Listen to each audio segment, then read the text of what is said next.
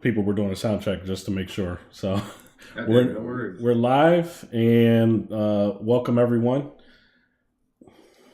What's up, everybody? Welcome to the Radical Roots podcast.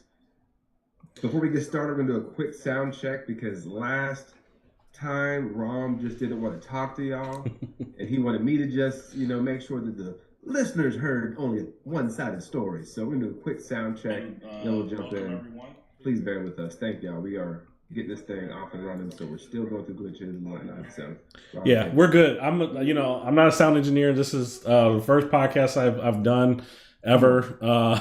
I'm not a product. I don't do this. I do now, I guess. I will be perfect this eventually. But getting used to it, get into the flow of things. I'm enjoying it.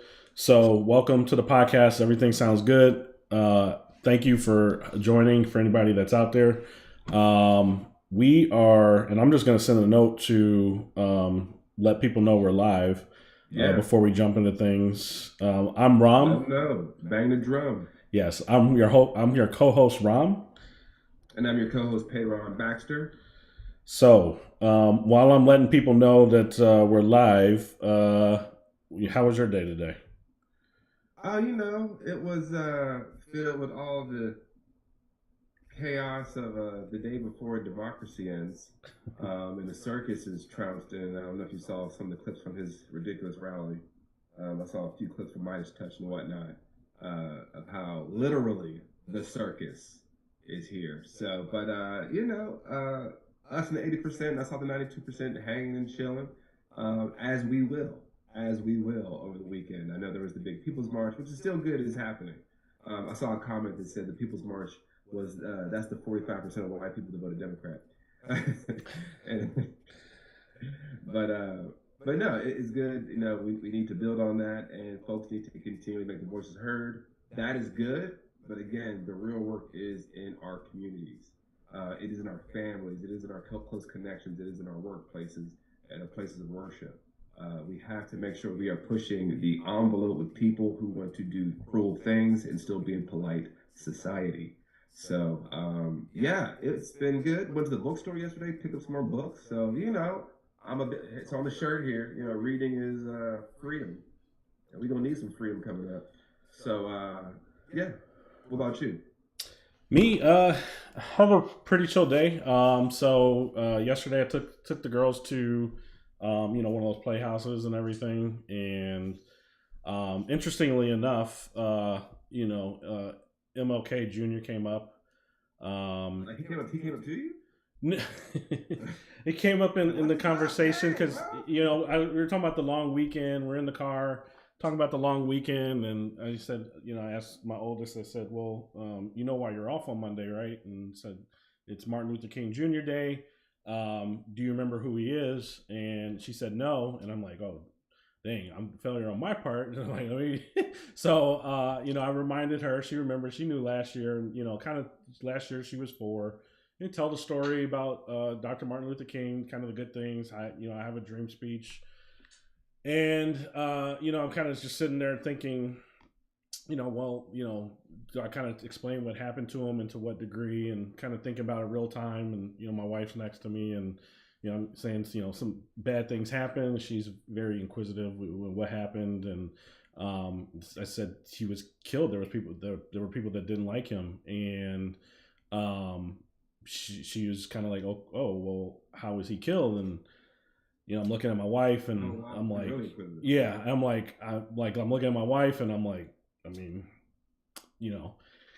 and she said, well, he was shot, and she lost it. I mean, she started crying, and so it's kind of like one of those things is like, at what point do you explain to your child about things like getting shot? I mean, to be fair, like she gets a little scrape and she'll lose it. She sees a little scrape, a little blood on me, she'll lose it.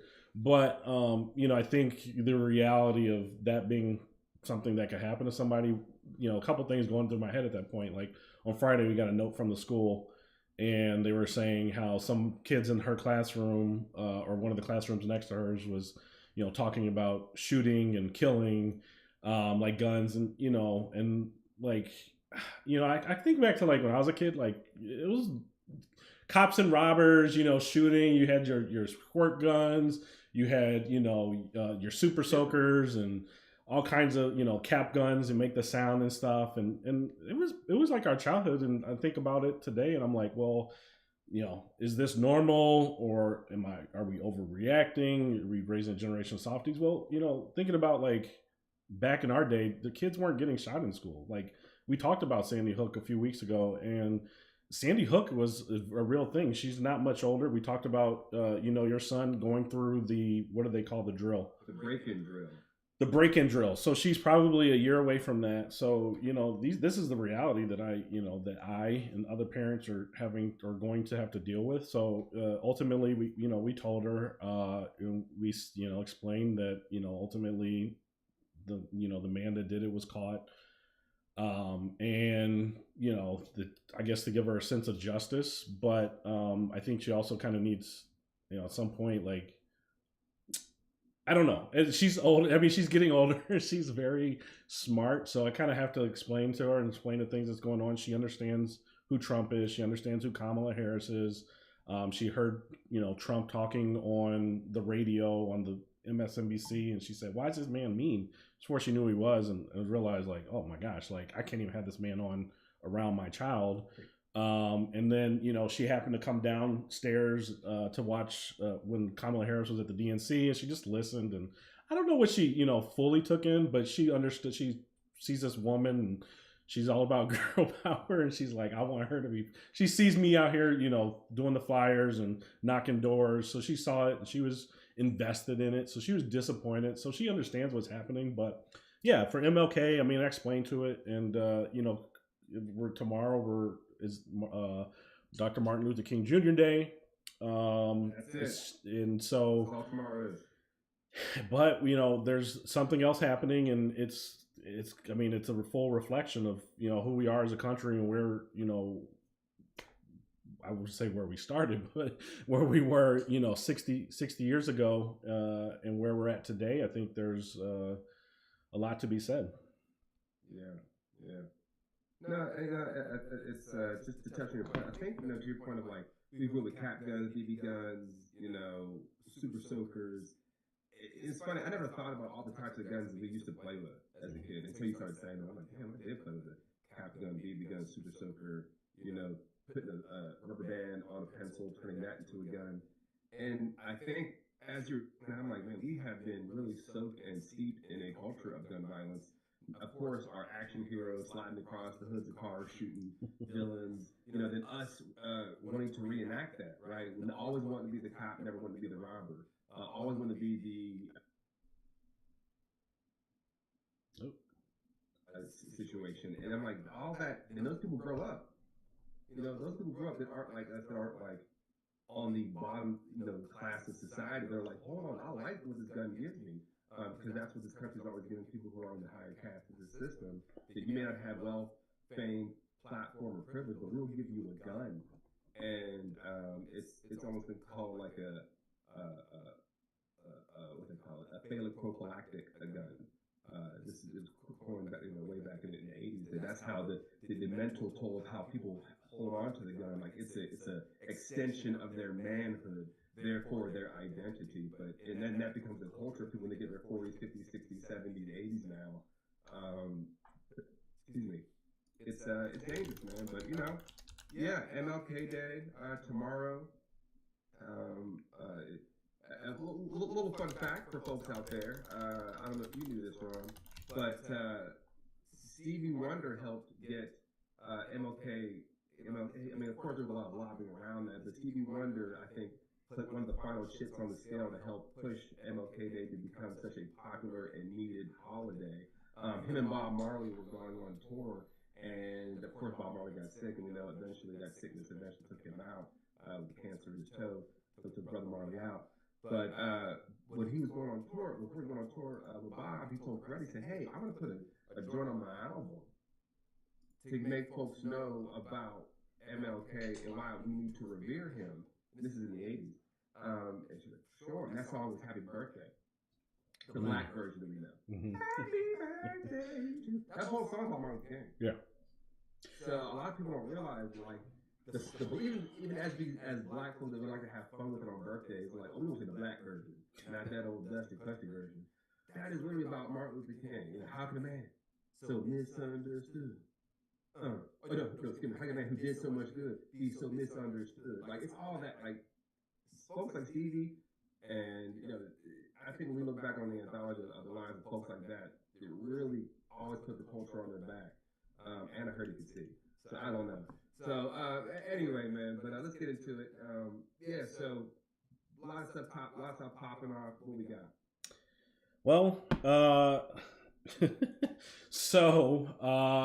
we've had a lot of things. So this weekend, there's a lot going on. These are things that are especially, I guess, big within the culture. This is everyone's talking about two things this weekend. One is TikTok ban, and two is the inauguration and those within the Black community that are supporting this Trump, the inauguration, by attending or actually entertaining the audiences at his events. Insert like the Daffy Duck meme right here. Yeah, so I'm gonna jump into that first. I think a lot of people talking about that. That's a real big buzz. So we had Nelly, pop out and say he was going to be performing on the Monday event, which I can't say I was too surprised. Nelly's kind of we grew up listening to Nelly, like we're about the same age. Nelly was popular. He was never, prolific. He's not somebody who's regularly in my rotation. I don't even know if he shows up in my rotation. He shows up when I'm maybe at a club playing old music or a bar. I don't go to a club like that anymore, but or a bar really for that matter. But but then you had and then you hear Snoop Dogg, and I'm like, man, Snoop, because Snoop was somebody who was adamantly anti-Trump. He even had a video. He said, "Who's going to be the first? Who's going to be the first nigga to jigaboo for him on the stage?" And he said that like, he was the first. He's literally the first event of the weekend. And he was DJing, and you see him DJing the crowd. He's doing his own DJing. The crowd's dead for Snoop Dogg.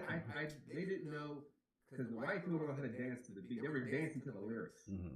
So they're all dancing and doing their own thing. And he's trying 1, 2, 3. And I don't. Which number do we dance to? And I don't think we've heard from Snoop yet. So I think he's at this crypto ball. He's been into crypto. I'm somebody who's paid attention to crypto. I also went a year ago, said I didn't think Joe Biden was going to win and crypto was a hedge bet. I think so. First off, if crypto's reliant on one president or another to be successful, then crypto's not that strong. I believe crypto was going to be, successful. Some parts of crypto were going to will be successful, whether Harris won or Trump won. I think the SEC, all the scrutiny regulation that crypto's gone through was necessary to actually legitimize it. Now you have, Trump as president, deregulation. It's a free for all. So we'll talk about that, but Trump's at this ball. I mean, Snoop, like, okay, you're already in crypto. You're gonna get the money. Like, do you really need to go to this event? So that's him. And then you see Soulja Boy, Rick Ross. Soulja Boy, no surprise. We'll talk about them a little bit. Rick Ross, I don't know how he survived. Put a Molly in her champagne. She didn't even know it. Like, I mean, come on. you talking that's date rape. And that was a line that. He's in a crowd full of date rapists.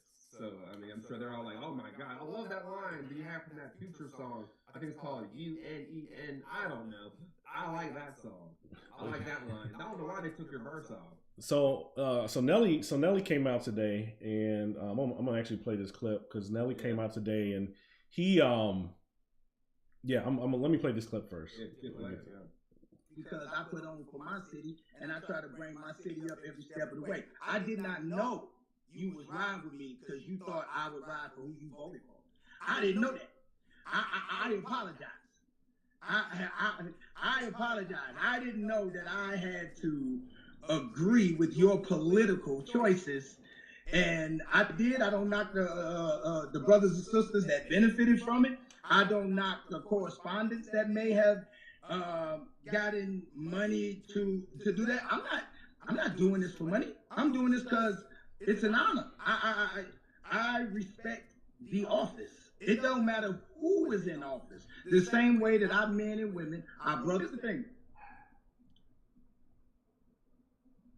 Okay, I get it. He did say if you don't vote for me, you're not black, right? Oh no, that wasn't him. That wasn't him. Hold on, I'm trying to think. Hold on. He did create. I know where you're going. I know where you're going. He did create the crime bill in the '90s, which said that if nobody's allowed to change, right? So he's explaining he's explaining himself, deflecting to things that Biden has said. Doesn't really talk about Trump and then Soulja Boy came out. I'm gonna play Soulja Boy's real quick before we jump in. So Soulja Boy came out his video today. Get this one rolling. They paid me a bet. Obama ain't never put no money in my pockets. Kamala ain't never put no money in my pockets. Trump put money in my pockets. They're trying to say something about me performing at the crypto ball party. Did Kamala call my phone? Did Obama call my phone? Did any of you call my phone? Oh God, fuck you, man. I do what the fuck I don't call my phone. It wasn't even a Trump event. Trump wasn't even there. Y'all so worried about he performed, him, Snoop Dogg, Rick Ross. Kamala, you ain't even win. All right, so we got the two. So I'm gonna tell you who I respect more. I respect Soulja Boy more because Soulja Boy just basically said, "I'm a sellout." He was like, "Hey, that's literally the definition of a sellout. You putting your money out. I did it for the money. I don't. I like he at least he's saying what he did it for." Nelly beating around the bush. Is that any better? It's not any better, but I'm gonna tell you who. I'm gonna tell you at least who's telling the truth. Nelly can act like whatever. I don't they tell the truth. I don't care. I don't know if you're telling the truth. Like, because it's your actions. I know you're gonna lie to me. Mm-hmm. As Nikki G of our friend told Jason, I know you're gonna lie to me. I know you're gonna lie back to the community to feel good about yourself because you're so insecure.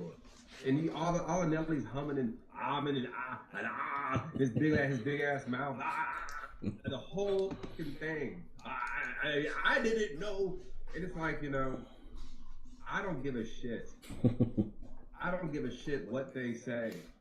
I don't care. They are forever Chrisette Michele in my book. The folks don't remember Chrisette Michele was a singer. And she performed at the Trump inauguration in 2017 and was immediately lambasted and I think rightfully canceled. And I'm not gonna give a black woman that energy and not give it to the black men who do the exact same thing. Now, that's me. I worry that in the culture, black men may give them a pass. I do worry about that, but So yeah, I think I mean, there's definitely a certain segment, and I think for me, like, first off, I haven't had Rick Ross and like in my playlist, and I won't, like, intentionally. I won't. Unfortunately, Kendrick. We know that, but like Snoop. Unfortunately, Snoop's not hard in it either. But like, I'll take him out. I took Kanye out. I took R. Kelly out. I grew up in Chicago. I grew up with R. Kelly. I mean, R. Kelly was a legend when I was growing up.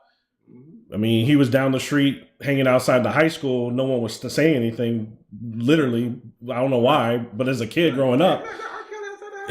But as a kid growing up at the bus stops and all kinds of crazy, but as a kid growing up, like that was, but you know what? Like, I have principles. I draw a line to say, like, okay, well, you know what? I'm not going to support you anymore.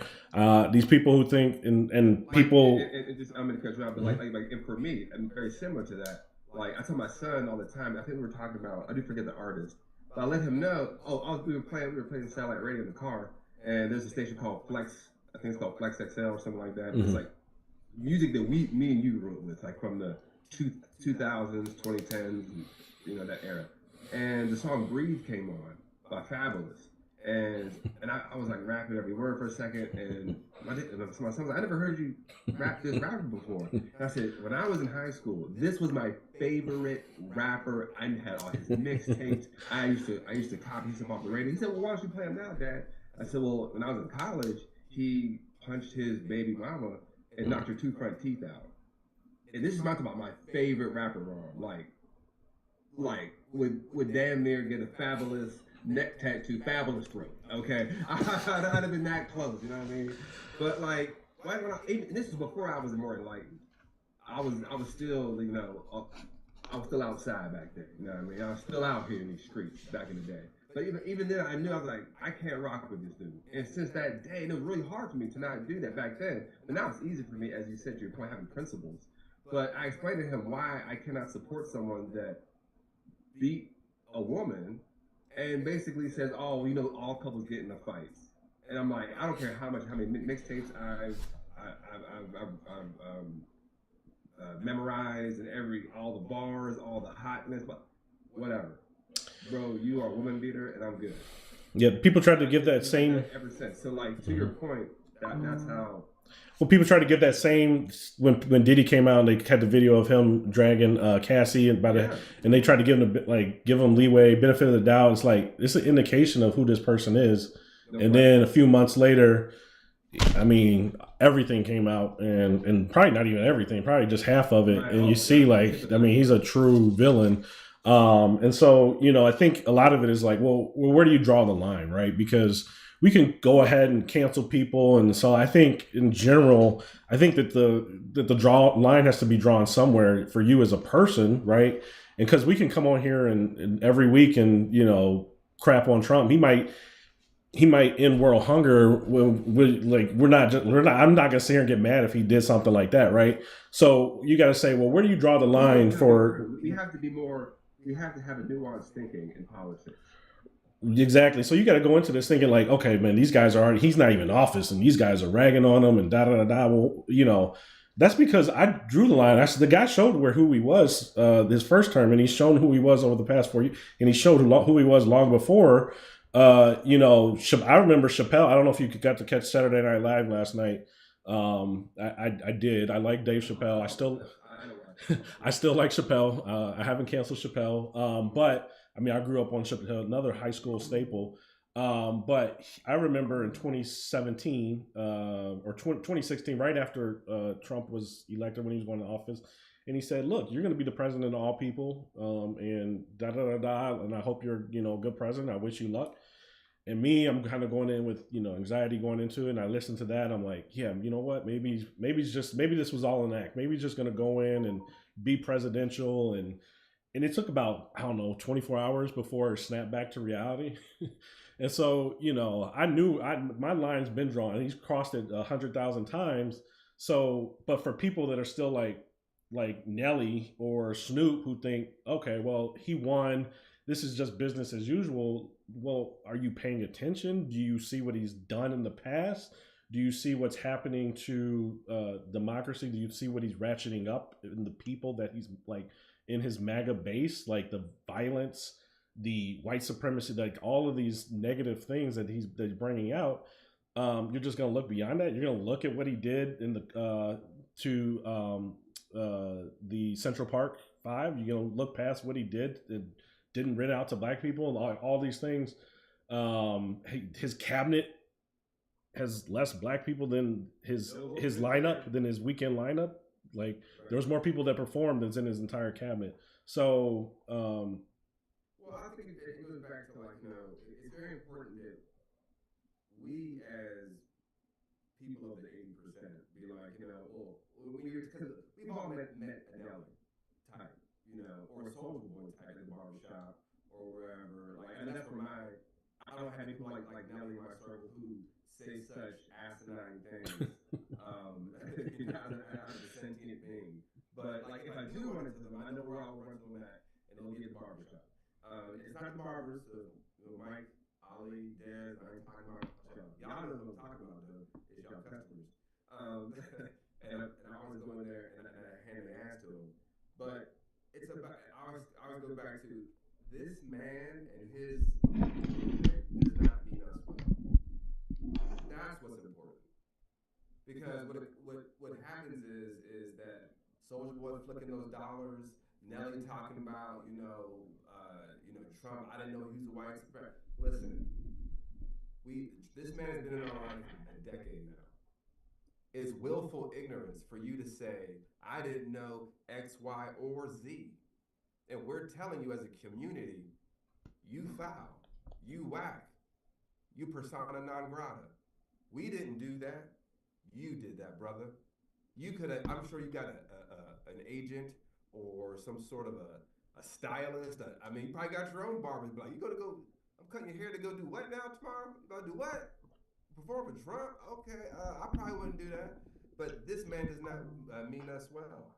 And I look at people like Trump or whoever, especially when there's people of color really, really, really contorting themselves into pretzels trying to excuse away white supremacy or their approximation to white supremacy by saying, I didn't see that, I didn't know that. And it's when you look at the person that you're talking about, who do they praise or protect versus who do they punish?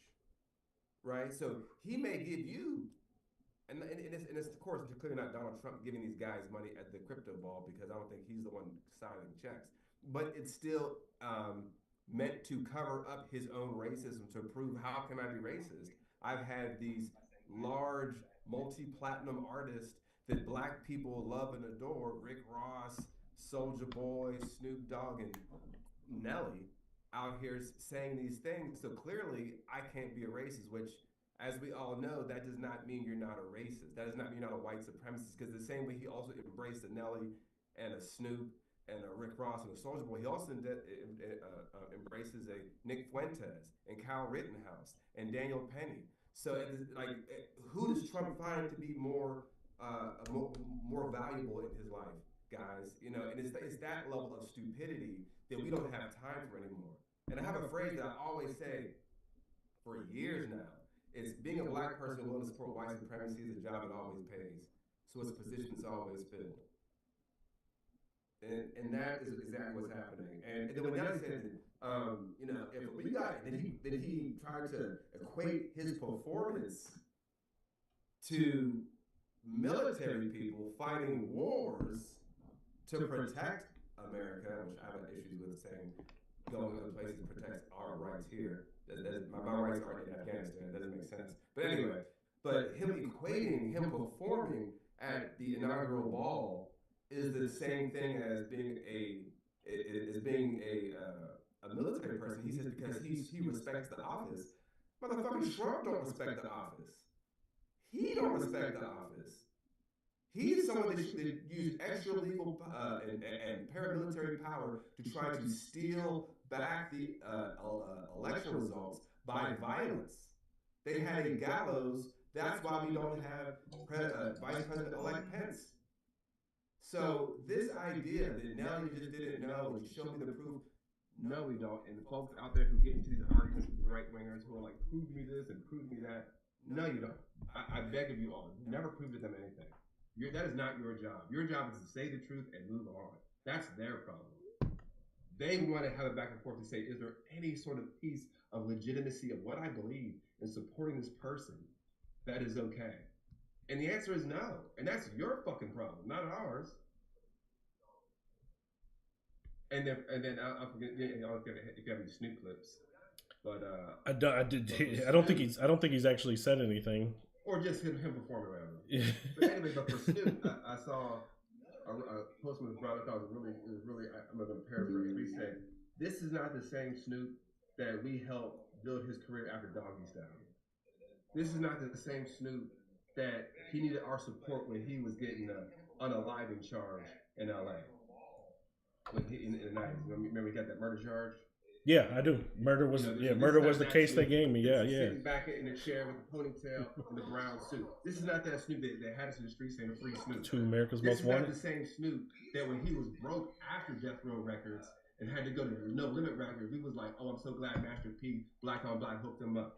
This is the Snoop cheesing and grinning on The Voice or whatever show he's on now, or on whatever app and mobile ad I get. I see Snoop Dogg swimming in bubbles, or I see him on ESPN. This man is now being paid by the people that want to hurt our community.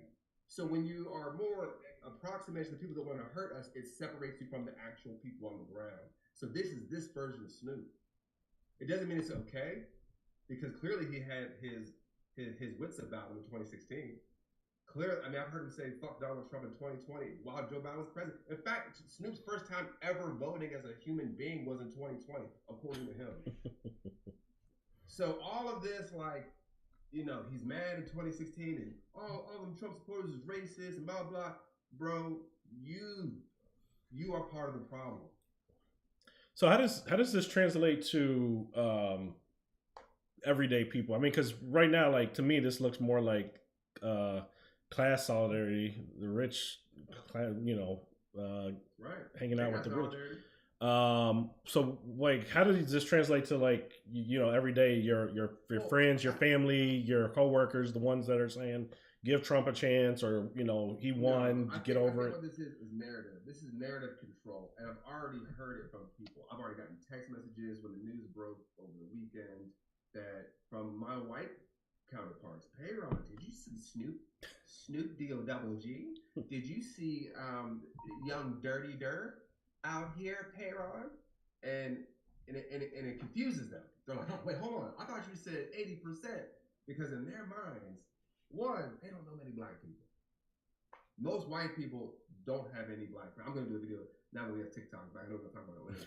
But there's stats that white people don't know any black people rarely. And if they do, they know like 1 to 2 black people, and they think those are their actual friends. They think when you talk to them, when you interact with them, it's 100% authentic. They think that the way that you understand them is equal. They're like, oh my God, I know you. But really, we're always performing for them. We're always at arm's length, no matter how tight you are, unless you're married to one. Even then, hey, bless you. But it's creating a narrative now where people are saying, well, it must be more black people that voted for Donald Trump, because look at Nelly, look at Rick Ross, look at Snoop, look at Soulja Boy. It has to be this bastion of black people that support this man, and that's not the case. Those are 4 black people, 4. And I don't know if Soulja Boy voted. I don't know if Nelly voted. I don't know if Snoop voted. I don't know if Ross voted. So it becomes overrepresentative, and then sadly becomes over-determinative of the narrative about us. So what I'm concerned about, and I'm seeing it happen in real time, is a narrative being drawn that black people really do like Donald Trump. It must have been the gold sneakers. It must have been the milkshakes. It must have been the mugshot. It must have been the pieces of the suit after he did the fight after the assassination attempt. So that is what I'm concerned about for the broader context on the ground, Ron. Yeah, I agree with all that. I think that people, and if you look at like where, like for example, where Snoop Dogg was, I don't know when he said that originally, I guess 8 years ago to today, performing. I think a lot of people are going to take where we're at today and say like, okay, well, these are my lines. This is what I'm, where I draw the line, or this is what I expect Trump to do. And then a year from now, that goalpost has moved. They're allowing him to, today, yeah, he's getting rid of the violent criminal immigrants. Then a year from now, it's, well, their parents weren't born here, so these kids got to go.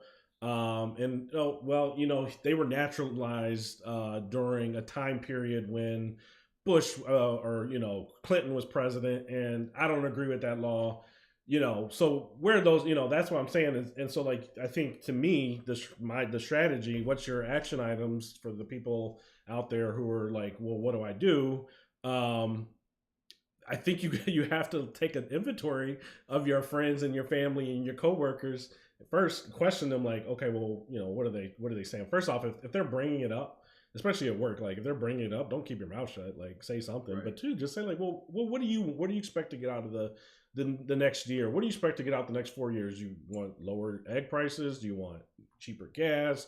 Do you want to be able to buy a house? Do you want to be able to start a business? Like, what are you actually looking for, tangible to your life or in general, right? Oh, well, I want to get rid of the violent criminals. Okay, well, that sounds reasonable, right? Like, but like, how does a year from now, how did that look? Like, so I can come in here and say and make these assumptions, and I believe I'm right. I hope I'm wrong. I honestly, but like these are things, the writing is on the wall. So I think if you can say to your, go back to your family and be like, well, 6 months ago you said this and now you're that, like, you need to start putting this into people's heads, like, you are losing the plot, like you are forgetting like what you said, and you're falling into this cult like behavior, because I think that's a lot of what it is. We say you. Who, like, what is this? What is this you? Like, people in your family? Like, this ain't me. But okay, I'm confused. I'm like, I don't know who. Like, oh my god, man. Not you, but there's people that they say like, oh well, I see, like, as I see people, I've heard people, but I also seen people. There was somebody, I think it was on Blue Sky or whatever, and they were saying, well, today I talked to my mom and she said that she supports the immigration bans, and she's like, hope no one gets killed. And they were like, I didn't engage because da da da. I don't want to start a fight. And I was just like, well, I mean, that's the type of thing you should gain. You see somebody reply like, yeah, my husband's a MAGA Republican, but we don't talk about it. I'm like, well, like, I don't want to get in that battle. And I'm like, you got to choose your battles wisely. And I was it's cowardly. I was like, well, it's cowardly. And that's what we're doing. We are a country that is replete with indoctrinated people. And when you're indoctrinated, that means you're not grounded in anything. You don't have any roots. Hence to our to our logo there. You don't have any roots. So we don't have any roots. That you're always trying to find comfort. You're always trying to find your place based on whatever the standard of that society is, and that's exactly what's happening right now. Whenever we hear people say that I don't want to get into that politics stuff. Or I don't get into it with my mom or my dad. And again, I think when the first time you met me, I was trying to remind white people the only thing we've ever needed you to do for 400 years is to get in the way of the bad white people, right? Not to make common cause with them, not to become complicit and complacent around them. Because then anytime I talk about like the MAGA Republicans, and there's always like, well, hold on, Payon, this is a good one. If you're going to spend a millisecond of your life running cover for someone who does not want the best for me, my children, my community, I don't care if you're a Democrat. I don't care if you're a described liberal. I don't care if you're a progressive. I don't care. You are also my enemy, because you have the power. You have the connection. You have the approximation to those people who are willing to strip my personhood away. And I say it just like that because that's exactly what they want to do. And to your point, and I know we're kind of getting long, I want to move on here. I'm going to tell a quick story. Earlier today, I got into a little bit of a back and forth, nothing crazy, with the local page, the Hometown Holler. It's a progressive page. I like them. Updates us on a lot of local news in North Carolina, around the General Assembly, the Griffin Riggs situation, and yada yada, hell jingle go. But this morning, the main speaker, do forgive me, I do forget his name. Well, he was, I guess, going on a hike, and he was talking about how Trump isn't MAGA. Have you seen this? I did see that. I saw that one. He said Trump isn't MAGA because, by his estimates, MAGA stands for X, Y, and Z, and really, what's really happening right now is the oligarchs and the tech class and the this, and that's not MAGA. And if you're MAGA, you should be concerned because that's not MAGA. Because he was saying like the whole like dark, what did they call it? The dark government, the shadow government. There was the whole deep that was the original motivation of MAGA. And all this is fine. Mm-hmm. All this is just things to say. What bothered me so much that I had to write a solid paragraph that caught their attention. I said, listen, I hear what you're saying, but what you're missing is, I'm going to paraphrase what I said, but what you're missing is this. What the common cause of the white Christian nationalist movement, the tech bros, the wealth class, the oligarch class, the far right, libertarian militia movement. Yes, they may seem like they're all five, disparate things, but if you look at my hand, they're 5 fingers, but they're all attached to the same hand. Look at the camera, right? So they're all different things, but yeah. And I said, in the connective tissue here to all 5 of those things, or all however many of the splinters you want to make, is that they all want to repeal and roll back the 20th century. all of them, for different reasons, but that's what they all want to do, right? So if you're an industrialist, you want to roll back worker rights. You want to bring back child labor laws. You want to make sure you can exploit your workers, right? All that was passed in the 20th century. If you are the outright, racist, you want to be able to just say the N-word as clear as you can say your name on a Sunday morning. If you are the oligarch class, you want to make sure that wealth and income disparity rises to the point it is a second Gilded Age, right? So they all, what their connective tissue is they all want to roll back the 20th century. And if we think about it, like in 1913, black men got the right to vote, right? 7 years from when women got the right to vote, the white women, got the right to vote in 1920, right? You skip forward, 100 years, Obergefell, right? The right for same-sex people to get married in 2015. And then by the time you get to trans representation, now you're getting these like Pete Hegseth types that are so out of their source. They're like, you know what? We're going to start with the most recent representation that is still very marginalized in the minds of many people, because most people don't know a trans person. And we'll say, this is where we're going to start. We're going to start here. And what's happening right now? What did Trump say tonight on the stage? He said, I'm going to do an executive order, and the first thing is get rid of this trans nonsense. He's attacking a group of people that is maybe 1%, I think, or maybe less than 1% of the entire U.S. population of over 330 million people.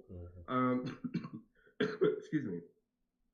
And then you start there. You don't get to have rights. And then all LGBTQ people are known as perverts and sex offenders. And then that gets easier to take away those rights. But then, let's say, you're a person of color, you're black, you have a job, you must have it because of DEI. Right? So you start to peel that back now, right? No more N-word, no more racial slurs, DEI, wokeness. Those become the new segregation. It's white segregation, all of these, white genocide, all these things that get thrown out to start repealing the 20th century, the hard-fought fights that our ancestors fought. They want to be able to say, no, it's not because of that. It's because of something. It's something else against me, because I have no identity. I have no place, and I'm angry about it. And then you get to where we're at a point where they want to reimagine America as a white Christian ethno-state. And that is it. Now, as I say on every episode, people can only oppress you as much as you allow them. It's up to us to go along with that. We're seeing those folks in our churches or our barbershops or our corporate offices, or just in public, just saying like, I don't know this DEI, I don't know that trans stuff. What you're saying is the state can hurt certain people. And once you open that door up to the state can hurt certain people, you're saying the state can hurt me. That's why it's dangerous. Now, I always try to tell people, like, oh, Perry, you must care about trans people. Are you trans? I'm like, no, it's not about me being trans. I don't look. Right. What I'm saying is, I don't want this funky ass settler colonial project hurting people. That's all. That's what I'm saying. So if you're actually trying to harm people, whoever they are, I don't know a lot of them. I know one trans person to my mind. That's it. And I don't want that person harmed. Period. I don't want them having to be discriminated against. I don't want the mayor of Monroe to put his foot on her neck to make her feel less than, because he now has the emboldenment of Donald Trump and the MAGA movement. So when we talk about what this whole thing is, and they got really irritated with this. So the long story to wrap it all up, they got really mad about that to a degree. And they were like, well, blah, blah, blah. We're just saying this, and, it's not about splitting hairs. That's what I said at the end, like, all this milquetoast talk is just splitting hairs. And we have to be real. We have to be talking about rights and whose rights are being on the chopping block. And then I came back again, and I said, by the way, you just saying MAGA takes away its racist undertone, because the word again is very racialized, very genderized, very classist. Because if you're black, if you're Latino, if you are a woman, if you're queer, if you're differently abled, if you're poor, when back in the past was your best day? As of yesterday, as of the second that just passed, the best time for us is tomorrow if we fight for it. Yeah. And that is the resetting again of the clock. And then I guess they can say, well, we'll start with the trans, then the immigrants, then the blacks. Again, we're always on the menu, and then we can say, okay, now we're good. But I don't know what the end game is, Ron. Like, corporations, a bunch of white dudes. We finally are, and all of us were here. We made it. Well, the reality is tonight might be the last night for you say the best day that you've had. You say tomorrow, quite literally, tomorrow is going to be a different day in America. Through these executive orders, through these changes that are going to come through the new administration, and it's going to happen rapidly, and it's going to happen in a drastic way that I don't think a lot of people realize how quickly things can and will change. I don't think people are going to realize how many things are happening in so many different areas at the same time. They've been planning for this for the past. Project 2025 is telling you it's out there, the blueprint. Stephen Miller is telling you what's going to happen. They've been telling you what's going to happen. So the reality is, we've been spoiled.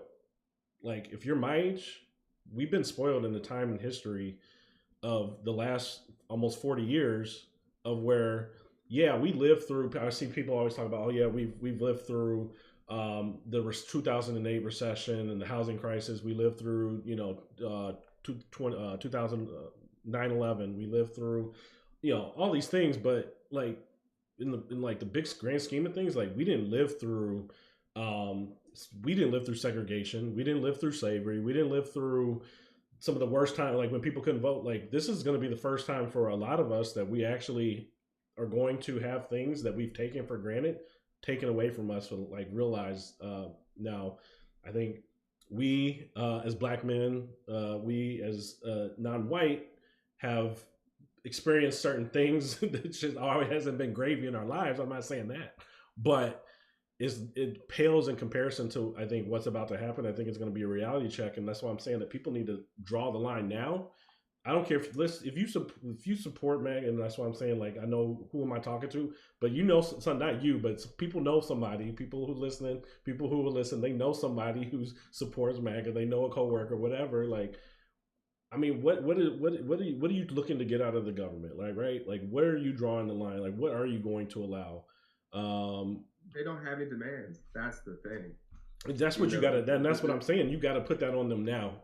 Before there's this old quote that white people will accept trash as long as black people get nothing. Well, that's why I'm saying you got to put it now, because in a day, in a week, I'm telling you, the goalposts will be flying across the field. You wouldn't even. There's not even going to be a field because the goalposts have flown so far away from where we started. Right. So if you are watching, listening right now, I'm gonna stop. Say subscribe, follow, share with your friends. Every week we get more and more watchers. We're picking up steam on Instagram. We're picking up steam on.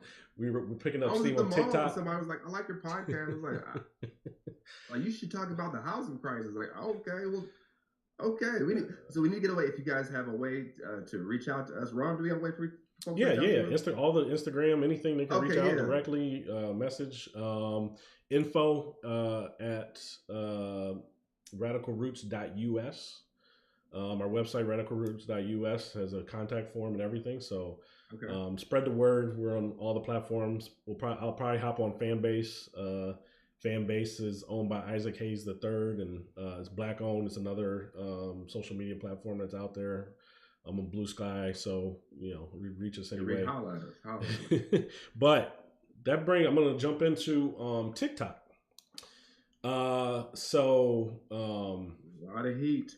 Yeah. So, like clockwork. So TikTok, this ban happened.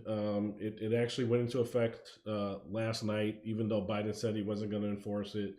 And so people who pay attention, read between the lines, you see the message pop up and it says, due to the U.S. law, we got to take it down. However, we're looking forward to President Donald Trump, who said he would help us out. That was the second one. No, it was the first one. The first one said we're looking forward to him helping us out. The first one, because I have it because I was.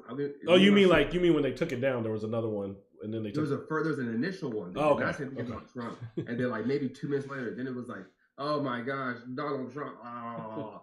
I was like, okay. Well, and so you know how the conversation goes. I need you to take it down and put my name on it, and say I'm doing it, and I bought it. Like how it goes. Like and look, that's probably honestly, I wouldn't be surprised if that's all it took for Trump just to say like he did it. But I know there's people around Trump that are saying, nah, get something else. Like get something else. Look, I'm telling you, TikTok is going to come back and it's going to be owned by somebody in the right wing oligarchy, whether or not, and potentially even state owned by the United States itself, which is even worse. So this whole consolidation of the media that we've been talking about,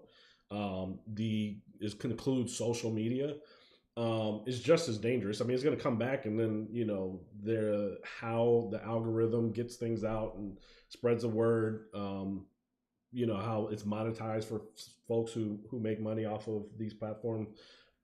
It's going to be different. I think it's dangerous. And then for one, and then the other part is that the legality of him being able to put in an executive order, I think he's got like 90 days maybe. But now that the Congress and the Supreme Court have basically said that it can go through, the legality of an executive order is in question, that he can even do that. So I don't think the law matters after today. I don't think law matters. It doesn't matter. Period. I think I'm going to be a buck trilly. Mm-hmm. Like we have someone that is a convicted felon that will be swearing in. I mean, we have to really slow down. Folks are like, the law this, the law that.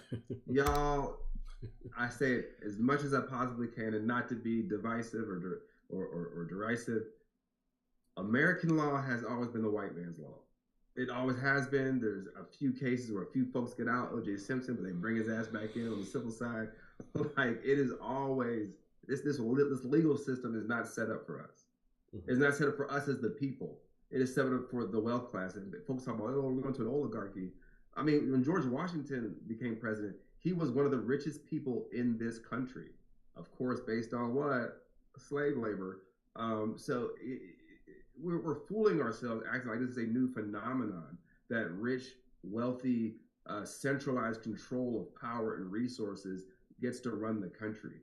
That is what has always ran this country. Yeah. And, I look at the TikTok ban. I'm somebody who's very, very, I've been a very pro-Palestinian, anti-genocide, anti-apartheid person for years now. And I think it's quite apparent that when Jonathan Greenblatt was caught on that hot mic earlier, I guess a year or so ago, the biggest problem is TikTok, because Palestinians were able to stream directly their real life material conditions at the hands of the Israeli regime, their occupiers. And many people are still debating this. Is it genocide? Is it not genocide? Look, take all the words off the table. Looking at this stuff through TikTok, is this okay? That becomes a question. Because the Israeli backers and the Zionist project want us to get caught up in the words. They want to waste thousands of words. But you know what what do we grow up hearing about pictures? Pictures are worth what? 1,000 words. And a video is worth 1 billion. So they want to get you bogged down with it's not genocide, it's not apartheid, it's not ethnic cleansing. It doesn't matter. What I'm looking at is a fucking war crime. What I'm looking at is illegal. You should be in the Hague. What I'm looking at is the dehumanization and the eradication of people. We're watching a modern day Trail of Tears. And that is what woken up a lot of people in this country to that, because we've been fed propaganda. I think I told you guys what Noam Chomsky said, back in the 80s, that Israel is the most propagandized country on the planet, ... second to the United States. Because if we knew what we were doing across the globe, we would be up in arms. If we had those streams of what we're doing in the Asia Pacific, what we're doing in the Middle East, what we're doing in Africa, what we're doing in other parts of Eastern Europe, we would be like, oh my God, I didn't know we're doing that. Right. That's what our troops, they're talking about, they're stationed all over the place. That's what they're doing. That's what they're protecting. Us taking these resources and creating destabilized other countries. So I think that starts there with the TikTok ban, where they realize the narrative cannot be controlled by the Joe Scarboroughs and the Dana Bashes of the world anymore. And then people started realizing that's their legitimacy. If you're going to lie to me that this is good to see the inside of the skull of a 4-year-old, and that's a good thing, because it's something that happened damn near going on 2 years ago now, is happening today. Someone woke up, took a shower, brushed their teeth, got dressed up in their army uniform, ate some breakfast, kissed their wife, walked out the door, gassed up a jet, loaded up a missile, put in the coordinates, took off flight, and then dropped a bomb. That had to happen? Right. Man, you can go fucking fly a kite. So that's the first point. Is the Israel AIPAC lobby, the ADL, all these right-wing Zionist forums are the reason that TikTok was first put on the spit. Yes, what's getting conflated is that, well, Trump said this in 2020, and this is when I'm going to get into my second part. We got to be real. We got to be real. There's countless Democrats, I have saw them as a chair, trying to at least amplify Palestinian rights during the campaign as gingerly as I can. I have 2 pages. I'm not shouldn't be saying that, but I have two Instagram pages. One where I can talk more freely, and then one is more, hermetically sealed for those who just see me as the sheriff of Union County. Mm-hmm. And it's like they're not there yet because they still are indoctrinated into white supremacy themselves. So that is a part of it. So there's plenty of Democrats, from John Fetterman, Joe Biden himself has been a long time Zionist that has defended U.S. citizens being killed by the Israelis countless times. On top of that, this bill was put in the House in May of 2024, passed within 2 weeks, made it to the Senate, and then signed by Joe Biden. So folks say, well, Trump did this, and then it's not, how can that? It's Trump. Listen, Trump was not the president. We have to look, we can't get better if we're going to be lying to ourselves. Those are 2 different things. And then lastly, Trump was not president. Yeah. I guess I just said that Trump was not president. It's definitely, in retrospect, the Democrats had a critical misstep. I mean, I remember when this first, and I don't remember the exact timeline, but when it first came out, like, oh yeah, TikTok, China spying on you, and I'm in information security, and so like I'm like, all right, well, if Republicans are saying, Democrats are saying, and I'm listening, like, so, and then I'm kind of waiting for details, like what is it really doing, like how is it spying, and you never really get that, and then you hear a couple Democrats saying, like, well, we've been briefed, and I don't really see it, and then it's like, okay, and then you hear them talking about, well, it's how they're using the data and it's propaganda, they're using propaganda. It's like, well, okay, so you mean to tell me, like, so what I read between the lines is talking about the algorithm, and they're using data the same way Facebook or Meta, X, and all of these are literally tracking every single thing you do, advertising IDs, and can across applications through marketing. They know who you are to a T. I actually saw something today, not to take away from the topic too much, but I saw something today. It was talking about I think it was talking about the FTC and something, how they were going after actually looking to hear back from corporations on how they were using our information to advertise to us. So like you could go into an app, and based off of your location, your status, your wealth, your income, the time of day you're looking at it, how often you're looking at something, they'll change the price on you versus somebody who's looking at it for the first time, who makes more money than you or makes less money than you, and the price would be different. And I think I've seen this in the Walmart app, because my wife was telling me about something, she told me a price, and then I'm like looking for it, and I'm like, this is like $50 different. And then she's like looking at, and the price change. I'm telling you, throughout the day, the price changed 3 times. This is on the Walmart app. I try not to, I try to not to shop at Walmart. But anyways, this is where I saw it, and I'm thinking, and I'm definitely gonna be looking more into this, because privacy is a concern, or something that I try to highlight. Our Congress does not. But they're not concerned. They would pass, if they were so serious, they would pass internet privacy laws. Right. Data privacy laws, right? But they're not. They're talking about TikTok, that one little app. they're talking about TikTok. You know, it's been up since 2016, and all of a sudden it's taken out the day before the inauguration. I mean, come on, y'all. And I saw Roland Martin, and I respect and love Roland Martin. He does so much for our community. He does so much for Black journalists. But he went on talking about something. You do realize that every company has this that is foreign is 25% owned by foreign. It has to be. And it's like, dude, stop, stop, because again, the day before, it's been up since 2016, and this is now the problem. And it's not only that, it's not only Israel, and Gaza, but it's also like it taught people how to talk to one another about how to deal with their bosses in corporate America, and quiet quitting, and how to form labor unions, and how to do mutual aid and find that in their community. We were talking to each other. We were organized. It started off as the young TikTok savage. Classy, bougie. And then it turned into like, hold on, do you know how to set a bone? Do you know how to forage, for berries? Do you know how to subvert the corporate system? Do you know how to quiet quit? Do you know? That's what it turned into. And it's like, it's too dangerous. Yeah. Well, you remember Twitter started off in a similar way. It was like, oh, here I'm doing this. I'm having fun at the bar, and then it turned into a tool for organizing in the like Obama era. Yeah, like around Ferguson, Twitter. Yeah, huge. Yep, Ferguson, where, Trayvon Martin. That's where, yes, is that Trayvon Martin? But I'm saying, but Ferguson specifically, that is where, ironically, Palestinians taught native Ferguson Black folks how to fight back against tear gas. And I don't know if anybody knows this about tear gas. Tear gas is illegal in war. It is illegal to use tear gas in war against your enemy that you are fighting against. Did you know that? I didn't know that. But we can deploy that at ease against American citizens. So when we talk about land of the free, free speech, home of the brave, is it? Yeah. And so these people, they see the power of these tools. So Elon Musk saw the power of X, bought it, gobbled it up. They see the power of TikTok. Trump is, it would not surprise me if it became a state-owned application at this point.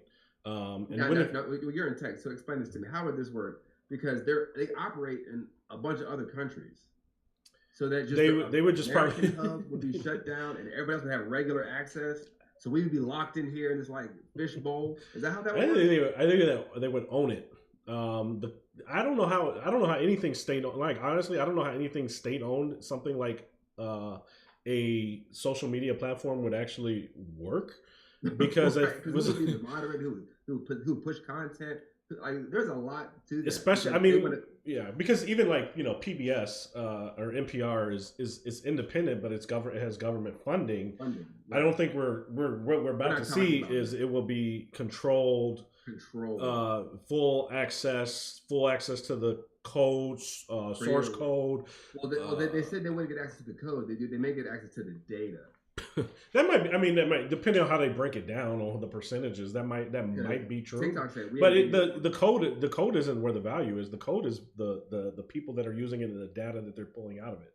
That's the value. Because Mark Zuckerberg could people. Blue Sky is open source. The same way TikTok could. Blue Sky is open source. The code's out. It doesn't matter. The code doesn't matter. The money of a tool, even the marketing doesn't matter. It's the data. That our data is worth so much.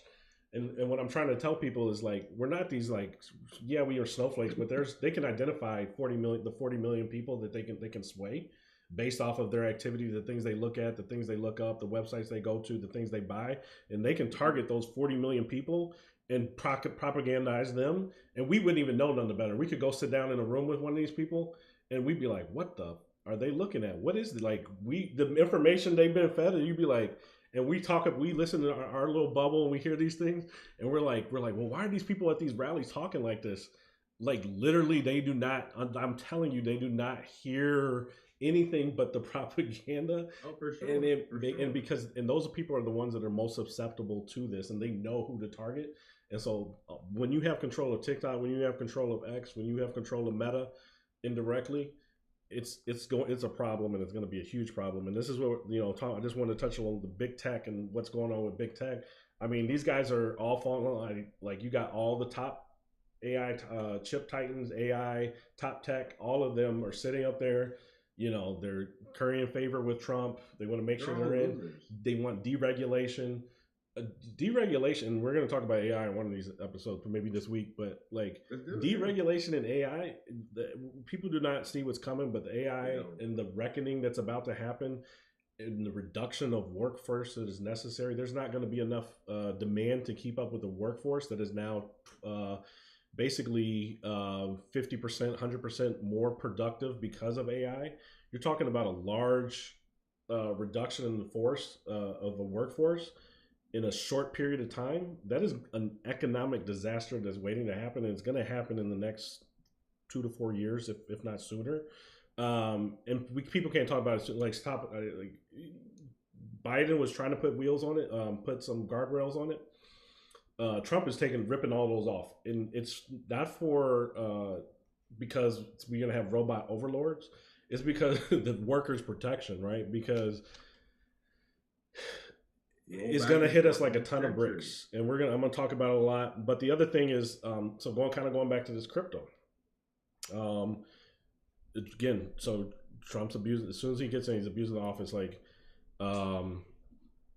he dropped a meme coin. I don't know how familiar you are with cryptocurrency, but a meme coin is. Explain it for our audience though, in case. Yeah, so cryptocurrency, there's Bitcoin, which is actually almost like digital gold at this point. It has legitimacy in terms of value, because basically the reason why is because the Black Rocks of the world have basically said it's legitimate. They put money behind it. It's backed almost the same way the dollar's backed.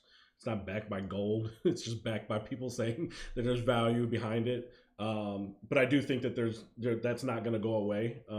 There's also other blockchain technology which has functionality that's actually useful in terms of transactions, things that are basically towards, looking to the future of like replacing money.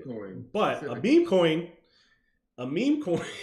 in itself is literally a meme. It is useless. It has no value. It has no function. It has no actual utility. So when you put out a meme coin, literally a meme coin is to ride a wave. It's to make money quick. People think that they can get in, get out, or get in and hold and ride it to the moon. And yeah, that might happen, but a lot of people are going to get screwed. I mean, there's things you talk about. Doge. I mean, Doge was something Elon Musk has, DOGE, right? Dogecoin. He's been talking about it for, 10 years now. I have some Doge just because I see it go up and but I don't have like a serious amount of money in it, but I know it's like, if it's gone, it's gone. But like they named a government agency after Doge. It's literally to pump money into that. And so now he's got this coin, and it's basically, you can now transact money through the president. So it's anonymized. Think every favor, every handout. Anybody in the world now can send money into this Trump coin, pump it up, increase the value. He can get corruption right out in the open, and that's why I'm not, we can get into this one day. I'm an anti-capitalist through and through to the heart. In fact, me and my wife get into that argument quite frequently. Not saying argument. I'm not even saying argument, but we discuss it about like how we view ourselves in this society, and sometimes when we legitimize things, we are doing what our overlords want us to do too. And there's a level of like, and I always go back to this analogy of like pre-colonization. If I murdered your daughter, I couldn't say, "Hey, Rom, here's some rocks. Here you go. I know she's dead, and I killed her, but here." And you say, "Oh, you know what? She is dead, but I needed some rocks. Thank you for these rocks." And that's what we do. Like when the state kills somebody, and they say, "Well, here's some money." And it's like, well, this is a, as Martin Luther King said, we have a thing society, and a thing society is what's killing us. We need to move from a thing society to a human society. They thingify you, and sometimes we thingify ourselves by saying these are the things that we need. These are the things that are legitimate. And I'm not knocking, your flavor, brother. I'm just saying that sometimes we can be wrapped up in what they want us to be wrapped up in. Just because they say it's legitimate. Oh, I'm aware. And and I'm cognizant, and and it's like one of those things. It's like, okay, well, you need to draw. I drew a line. I don't know where my line is that the right line? Who knows? Like, probably not. And especially for you as an anti-capitalist, no. I know your answer is no, but my whole thing is like, how can you let them control all the money, all the power? But at the end of the day, we're talking about crumbs versus the Black Rocks and all these people who own 90% of Wall Street, 90% of crypto. I don't care how much money you got, your 401k, your stock portfolio. Mm-hmm. You're poor. I love you. I have a guy that he's an alpha from my school that I went to. He's always talking about like all these. I'm like, you're poor. and he's always showing I got millions in my port. You're poor, as it relates to power.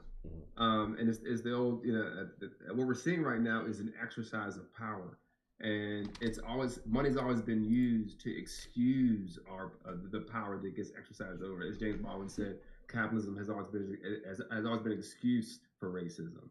The reason we can't give you guys good education because it's going to cost too much. The reason we can't relinquish cash bail is because that's how we pay for our pension for our police officers, right? So economics and capitalism has always been used as an excuse to harm people. Even going back to the trans thing, we're paying for trans surgeries in prisons. That money they should be going to where? Is to where these people, and they're not serious. And I'll give you one last example of how they're not serious.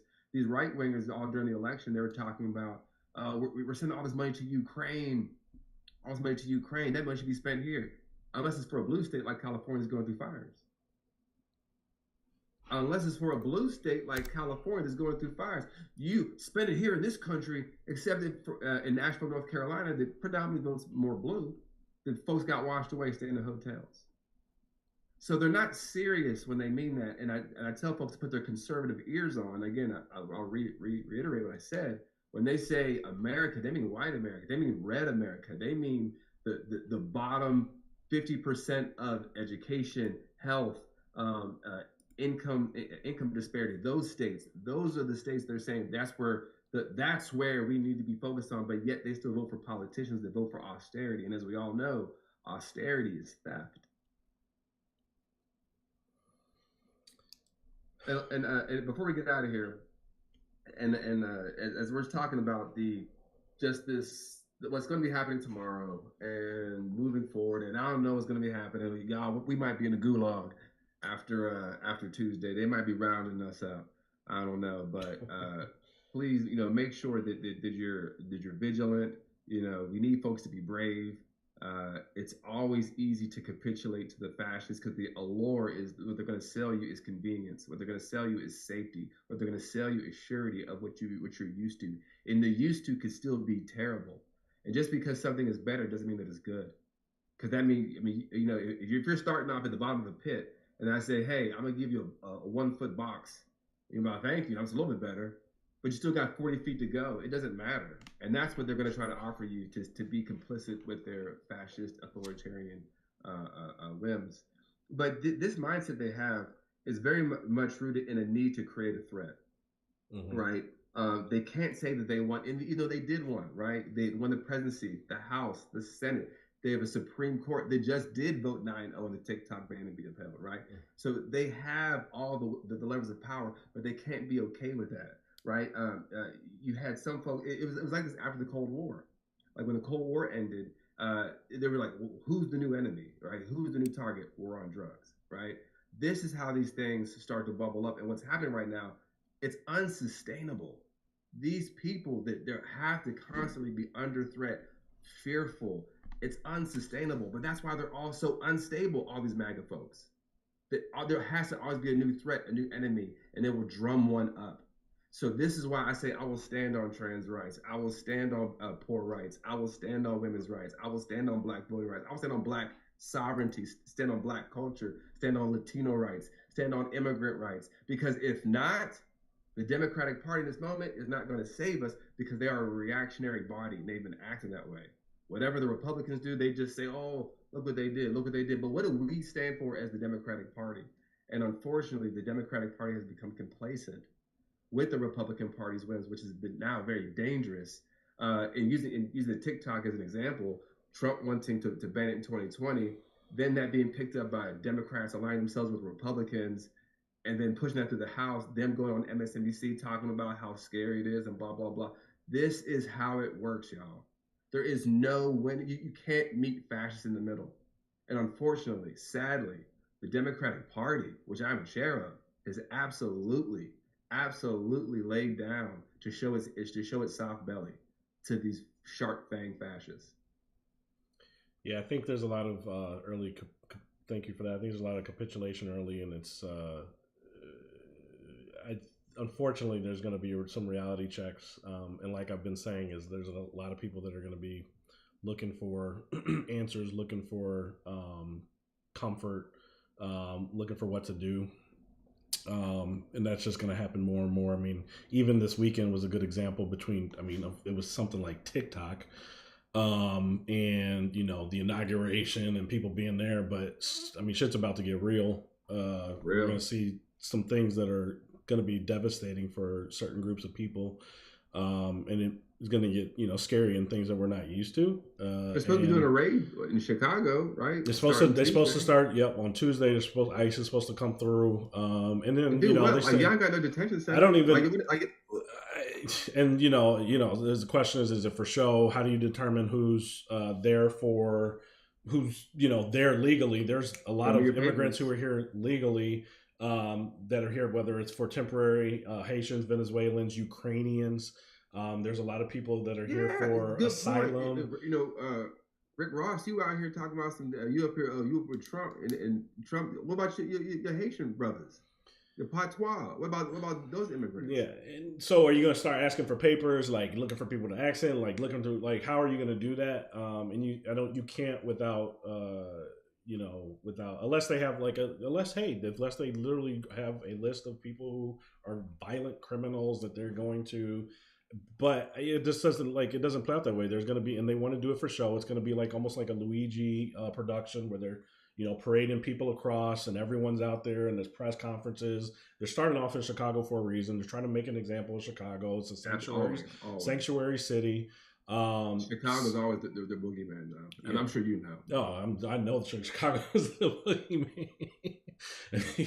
You would think I've been shot 9 times, like I was 50 Cent. Right. I'm scared to walk out the house and afraid of my own shadow. But no, that's not the reality. Chicago is probably the best city in the world, or one of the best cities in the world. But regardless, I'm gonna try to close us out here. We're on the eve of. Probably one of the we'll probably look back at this night and be like, this was a monumental night. We're on the eve of Martin Luther King Jr. Day. But this is the end of Biden's political career. It's the end of his presidency. What do you think about his legacy? What has he left behind from your perspective? Yeah, I mean, Joe Biden in history books is going to have a very complicated written history about him. When he's been in the Senate, or he's been in politics for 51 years, getting to the Senate at 29 years old, I believe, or 30 years old, losing a large portion of his family, his wife, his daughter. He's losing an adult son, then having another son that's struggling with addiction. So his personal life has always been on the forefront. But as well, he's been a part of some monumental things, been a part of the first Black president's cabinet, his vice president. That's where a lot of us, that's where I first started hearing about Joe Biden. I wasn't really big into politics before 2008 at all. And I voted before then, but I wasn't paying attention with strict scrutiny.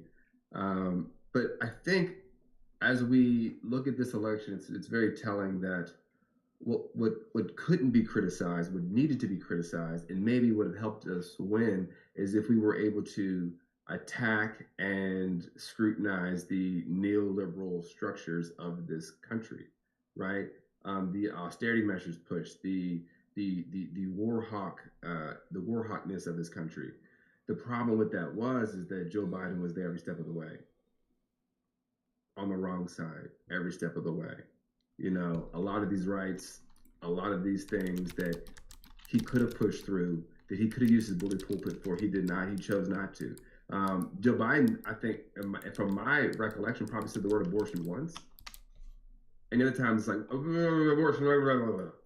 And that was a huge miss because that did galvanize people. But he allowed his quote unquote religion to not even be able to articulate the rights, the option for people to have that was taken away by religion. He couldn't articulate that, right? He couldn't talk about the military industrial complex that was warned about by Dwight Eisenhower because he helped fill, because he signed off on those wars. He signed off on those invasions. And modern era, when he was president, signed off on those bombs, right? So there's a level of like, we have to critique the neoliberal estate, but he was a core part and parcel of the neoliberal estate. And on top of that, when he ran, I'll end it with this, when he ran, he promised to save the soul of America. Remember that? Remember that video he had about Charlottesville? And it was a great moving video. I remember that. I remember I was sitting in our old house and I was in like my bathroom and I was watching. I was like, this is good. Get the Charlottesville stuff going. He said, I'm going to fight for the soul of this nation.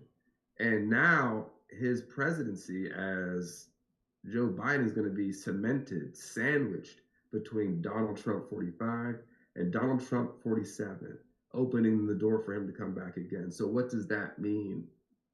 What does that mean of how well he did? And we got to be real about that. We can't, I mean, yes, Trumpism and racism, yeah, yes. But you're the only guy that did beat him. And what does that say about how you governed and handled yourself as president? And we got to be real about that. And some people go, oh, Joe Biden, blah, blah. I will never say Joe Biden was a good man. I've seen Joe Biden lie recently. His final interview with Lawrence O'Donnell, he lied. He repeated the same genocidal claims that got kids my daughter's age to be murdered. I'm sorry, I can't say that's a good man. Yeah, just because they're not American, I can't say that's a good person. So I do believe depending on who you talk to, it will be a spotty legacy. It'll be a legacy that, yes, he did do a lot of good domestic things, but guess what? The Republicans are going to rip it up. Rip it up. Say again, going back to the TikTok thing. Well, Trump started it, but we have to blame Trump because he started it. But again, you don't have to finish something that Trump started. Obama started the Affordable Care Act, and Trump and them are going to try to rip it up. I'll hear any of those people saying, "Well, Obama started that. You got to keep it going." But all of a sudden, it's going to be like, "Well, no, it's okay because it's the Republicans." So there is a lot of mea culpa that we have to have as the Democratic Party, and I do believe Joe Biden's legacy will be stained if you're talking to somebody who's honest. Yeah, I think the same people who follow me on my one page, the more soft page, will say he was the best. The folks that follow me on the other page, they'll be a little more scrutinous. Maybe not he was terrible, and I don't think he was all the way bad. He wasn't Trump, he wasn't Nixon, he wasn't anything like that. He wasn't Bush, he wasn't Reagan. He put this thing back on the rails. He helps out some things, but if you do all those good things and you don't shore up the democracy itself, our right to vote as Black people, he allowed the Supreme Court to gut even more of the Voting Rights Act. He hasn't said anything about the Supreme Court. He hasn't said anything about the Supreme Court if it was in passing. These are huge misses that will forever mar his legacy. And I don't feel bad for him because he is a well-off. He'll be all right. His family will be all right. His son is a Yale-educated lawyer. His daughter is a social worker. I mean, they're going to be fine, right? And we live in a white supremacist society, so in general, white people will be okay. But those are huge misses that I'll be remiss to say, oh, it was great except for this one thing here. No, you chose to misuse your time. You chose to make common cause with the people who wanted to subvert everything that would be good intended for the folks that were more marginalized, and that was a choice. Yep. For me, and thanks for that. For me, it's pretty simple. I think that if we were talking about if his term ended after his first 2 years, I think it'd be a lot different than I think his last 2 years. That basically we spent funding Israel and the genocide in Palestine. I think for me, even me personally, and a lot of people I know, marred his presidency. I think Harris leaning into that through her campaign was pretty much a bad move. And I said it then. I closed my eyes and ignored it. The whole Warhawk, so that's unfortunately that's the legacy. The legacy that he leaves is that he ultimately, him and Harris lost to Trump. And I think kind of what I've been saying for this kind of the whole time since I first met you is like, yeah, I've considered myself a moderate and centrist, and kind of played along the middle, but that is not going to. I keep moving further and further to the left, like further and further liberal, and I think that that's really the only thing that we can do at this point, because the middle is just so morally, it's nothing there. It's just trying to lean into politeness. Yeah, and so I can't like I'm almost 40 years old at this point. Like I'm well aware of what and we have social media. Like these things are what happened in Palestine or what is happening in Gaza. Like you can't ignore it.